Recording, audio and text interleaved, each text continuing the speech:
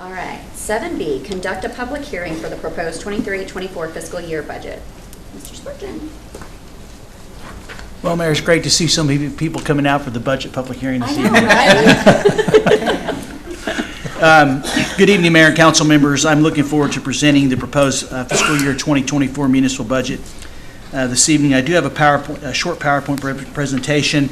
I would like to read that the Municipal Budget Act of 1979 requires the city to conduct a public hearing to provide the public an opportunity to review and comment on the city's proposed annual budget. In compliance with this act, this hearing is held for the purposes of receiving public comments on the proposed City of Broken Arrow's 2023-2024 fiscal year budget. The notice of this public hearing was published on May 30th, 2023 in the Tulsa World. Copies of the proposed 2023-2024 fiscal year budget have been available for review at City Hall and on the city's website. So if I can, Mayor, I'd like to go through the presentation. So for the public knowledge, the city operates on a fiscal year budget cycle, not a calendar year. So our actual budget cycle starts July 1st and runs through June 30th of each year.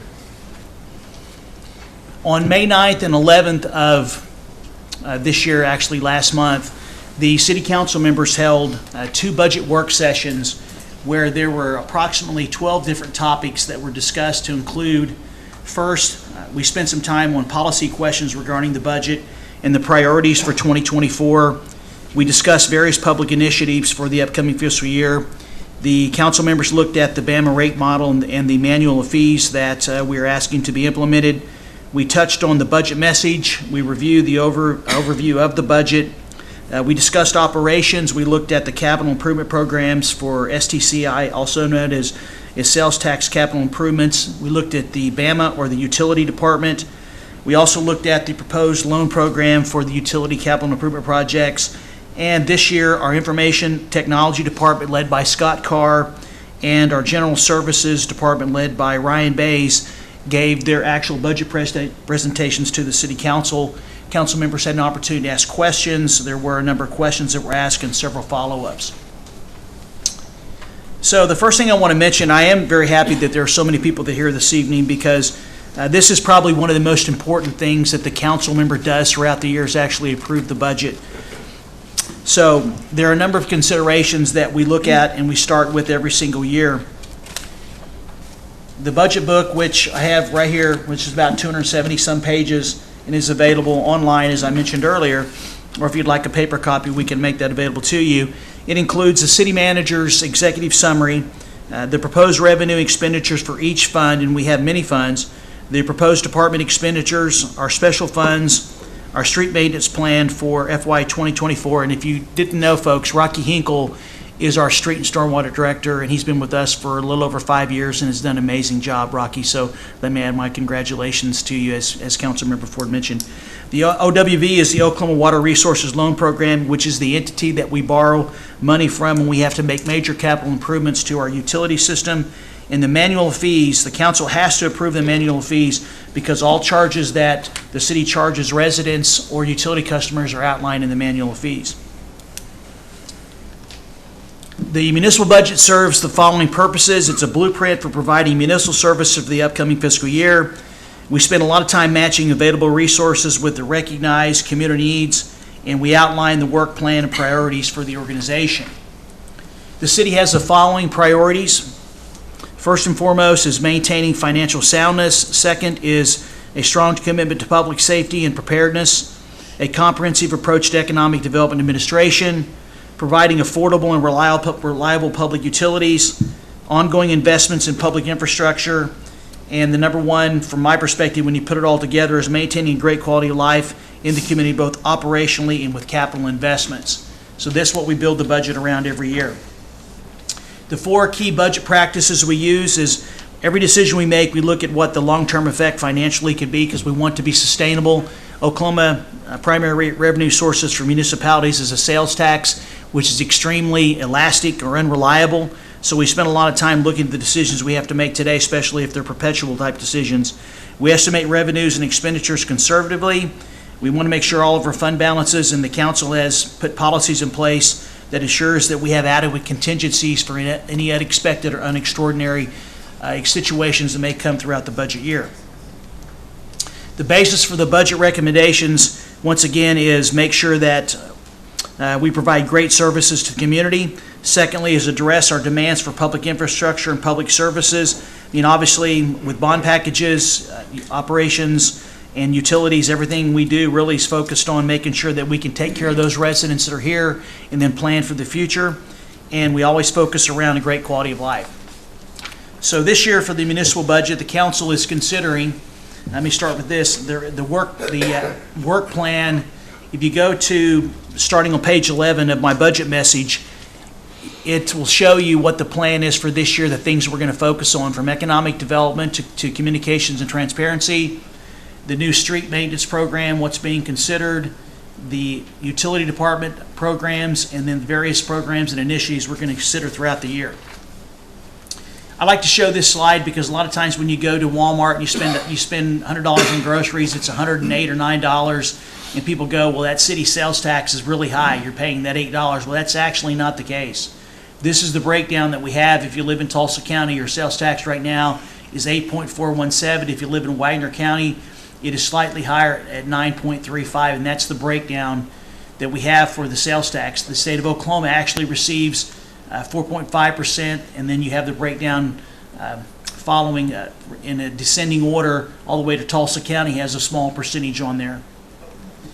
More specifically, the city actually receives from all its sales tax rates 3.5%, which is broken down as 1.5% to our general fund. Our utility, Bama, collects 1%. Our street sales tax is a quarter of a penny.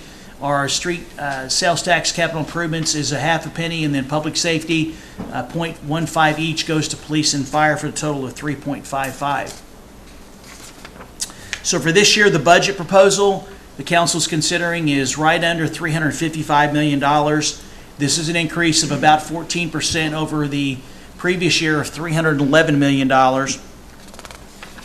The breakdown for the budget, and once again, all this is available online or in the budget book, for the budget is operationally is $155 million, which is just about a 10% increase over last year's of $141 million. Our capital outlay, which is very, very strong, spent a lot of money on roads and other types of improvements, is $163 million. Our debt service for general bond obligations and the utility department is right at $36 million for a total of $355 million. So why the increases? First and foremost, we've programmed a cost of living increase for all of our employees. Currently, we're in negotiations with both of our collective bargaining units, which hopefully will be wrapped up very soon. But we're also proposing an increase for all non-union employees as well. The council, I've requested 14 new positions in this budget, and the council at this point has said yes. We have $40 million worth of bond sale for FY 2023. We have over almost $20 million in our Oklahoma Water Resources Loan Fund that we'll be asking council to approve throughout the year to complete projects. And we have this, I'm very excited about this, but it is quite expensive. We're sanitation. We'll have 3 new side loaders, automatic side loaders, and they're about $455,000 a piece, or about $1.3 million. And we're also going to be implementing as a part of the budget the new 1% PSO franchise fee for economic development, and we're anticipating taking in about $700,000 this year. So we'll start the planning process on a couple of projects I'll share with council throughout the fiscal year. So the biggest fund that we have for the budget is the general fund, which is $138 million, almost $139 million, and that includes all of our expenditures, our transfers out, our ending fund balance. And last year it was about $121 million, and this is an increase of about 10%. And those transfers out, we talk a lot about this at the budget work session. Public utilities, we transfer out. We get the money that comes into the utility, that 1%, it goes from the city to the utility back to the city to be used for our general operations. 67% of our transfer out goes for public safety by the vote of the people that was passed in 2015. And then we commit $600,000 a year to Beta, for Beta operations. So the increase, once again, for the general fund is very consistent overall with an increase in personnel costs. Of those 14 new positions, 6 are in the general fund. We have seen an increase in the cost of health insurance for our employees. Also, one of the things we do about every 5 years, and we're due to do it this year, is about $150,000 approximately, could be less than that, for a comp and classification study to determine making sure that we're paying our folks to market. And then also, we've finally been able to incorporate all of our annual costs for computer software and the upgraded security that we need to do to make sure that we reduce any vulnerabilities associated with our system. So the current general revenues for the city is $87 million, and that does include our ending fund balance. And you can see is where does that $87 million come from? Sales tax is 71%, franchise fees 6%, and that's our franchises such as with ONG, PSO predominantly, charges for services and other municipal revenues. In the general fund, personnel services make up almost $20 million. Other services, material supplies, and transfers out. Personnel services reflect about 69% of all the departmental expenses, which actually overall is very, very low. Our general obligation bond program, this is very exciting, is right now we have $74 million in current 2011, 2014, and 2018 general obligation bond projects that's somewhere in the construction cycle. The 2011, 2014 projects are pretty close to being wrapped up. The proposal for this year is for council to consider general bond package sale sometime in September of around $25 million. If the assessed value of the community comes in higher, it actually could be higher. And then we have to look at the interest rates, because if the interest rates are higher, that it could be less than $25 million. But that's what's proposed.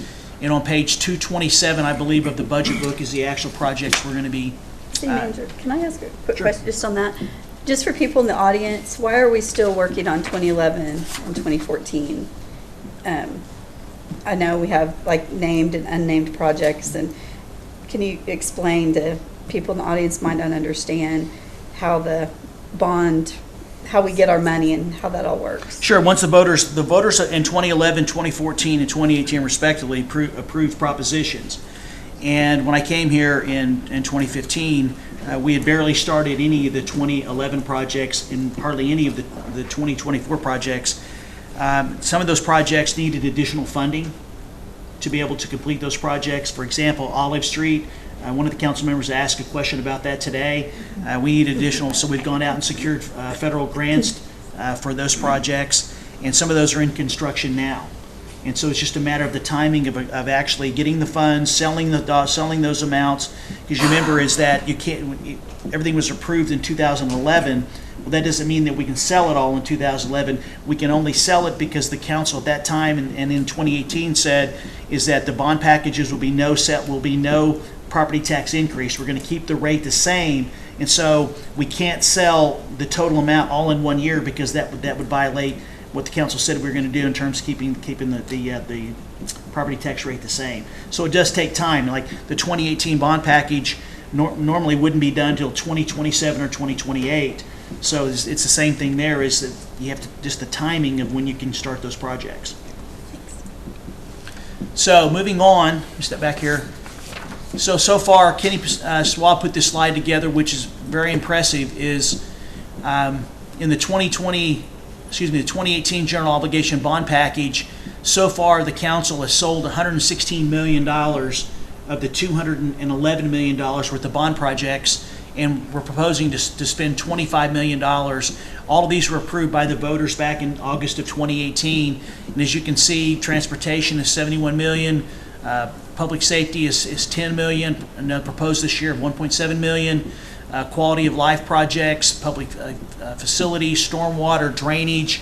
So as you see, we're on track, and actually because of the increase in assessed value, there's a strong possibility that we're going to complete the sale at least a year earlier, because we've been able to sell more than we actually anticipated as part of the project, because the average assessed value each year has gone up higher than we anticipated when we put the package together, which shows you the growth in our community. Moving on is the Broken Arrow Municipal Utility Authority, which is also affectionately known as BAMA. So the budget proposed this year is $143 million, and that's for all expenditures, the transfers out, the ending fund balance, capital and our debt service. There's debt service here, which is the money we borrow to actually, through the Oklahoma Water Resources loan program, to do major projects like the sewer line replacement, water line replacement, upgrades to our sewer plants, water plants. That's an ongoing expense to make sure that we can maintain the facilities that we have, and there'll be proposals to the council over the next few years to actually expand our services to make sure that we can provide adequate water supply and be able to treat the materials that we receive based on the growth that we're experiencing with our community.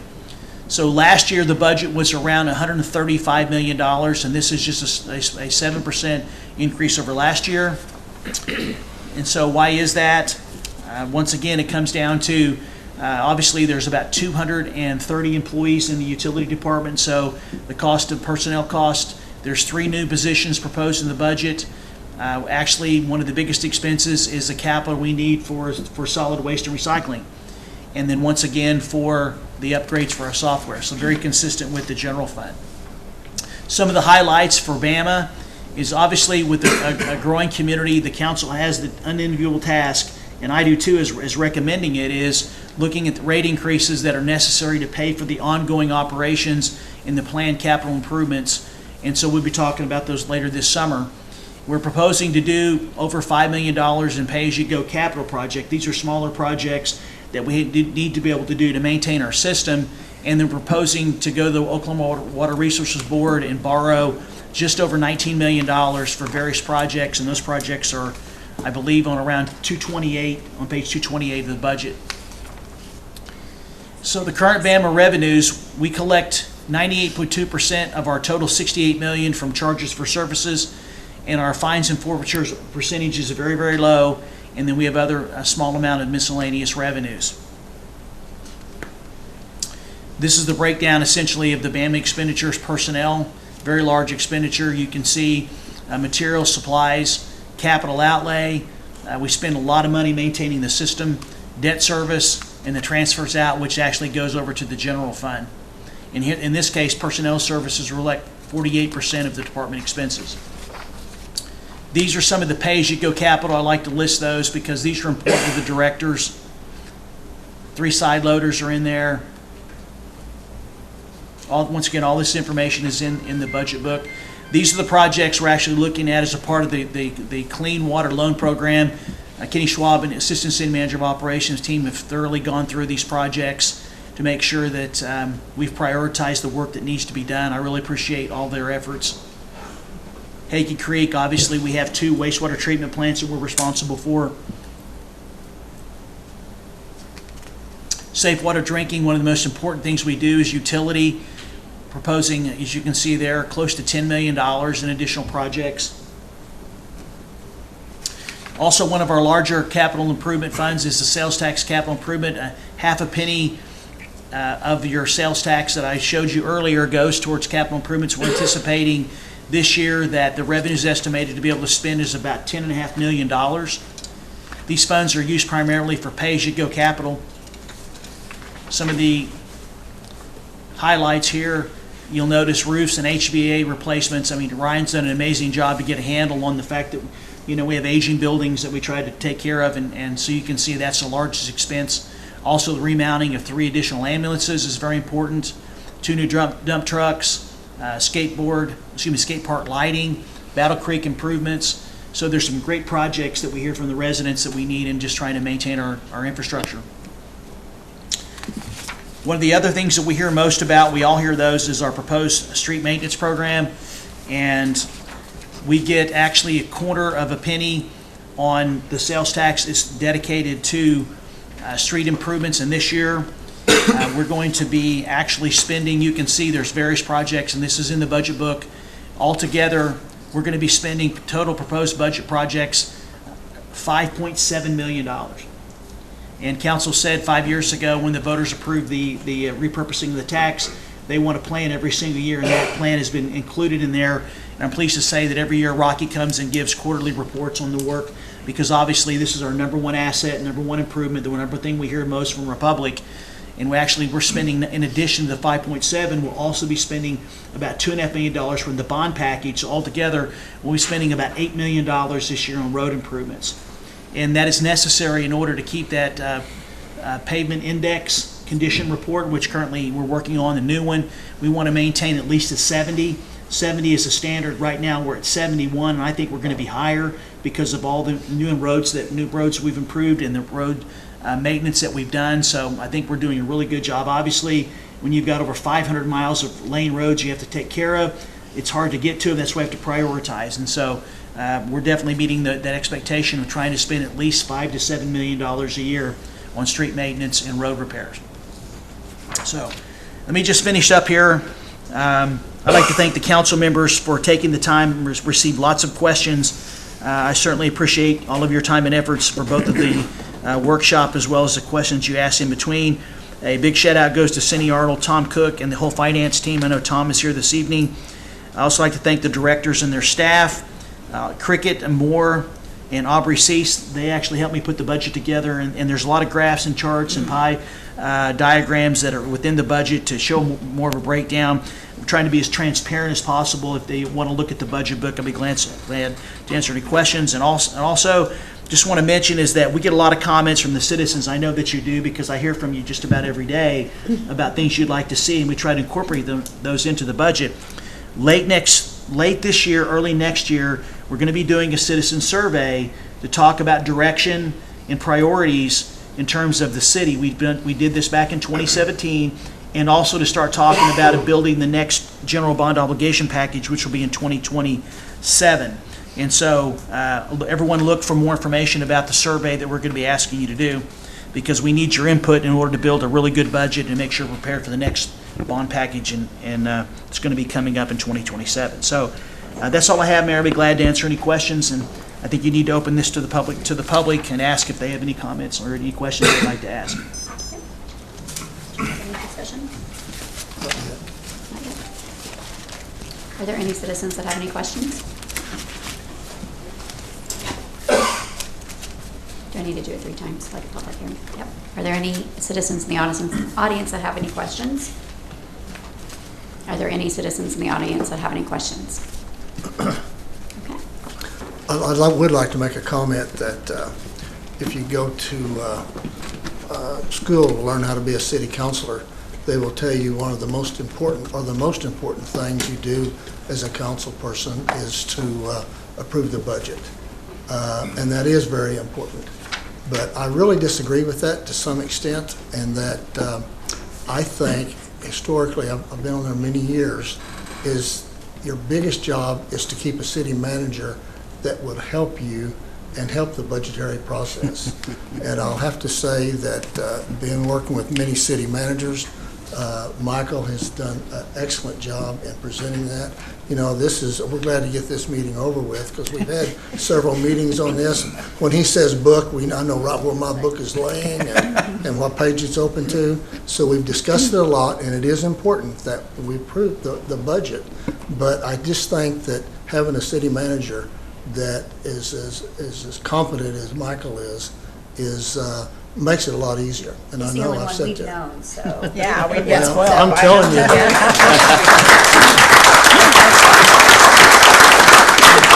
He is great. He does a great job.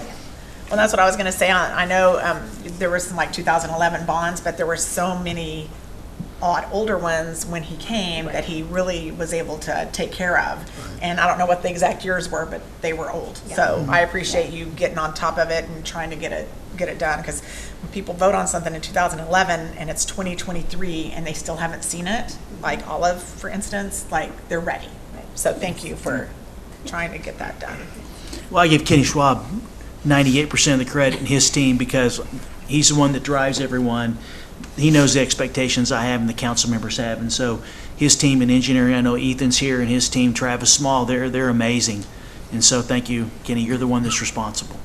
So thanks, buddy. I just want to say that I know people sitting out in the audience might think we just come here and we vote on something, but we have, like Councilor Park said, we have discussed this a lot, and you know, I've had some disagreements with things, and I'm not shy about saying when I have things that I feel strongly about, but I do appreciate each one of our staff that listen, and even when they don't agree, but at least they listen and take it under advisement, and it feels good to feel like you have a part of something and that, you know, we're making good fiscal decisions for our citizens, so. And, you know, Michael is gonna he's not gonna be able to put his softball cap on because now his head's blowing up, but great job. Thank you. Yeah, it's a good job. All right.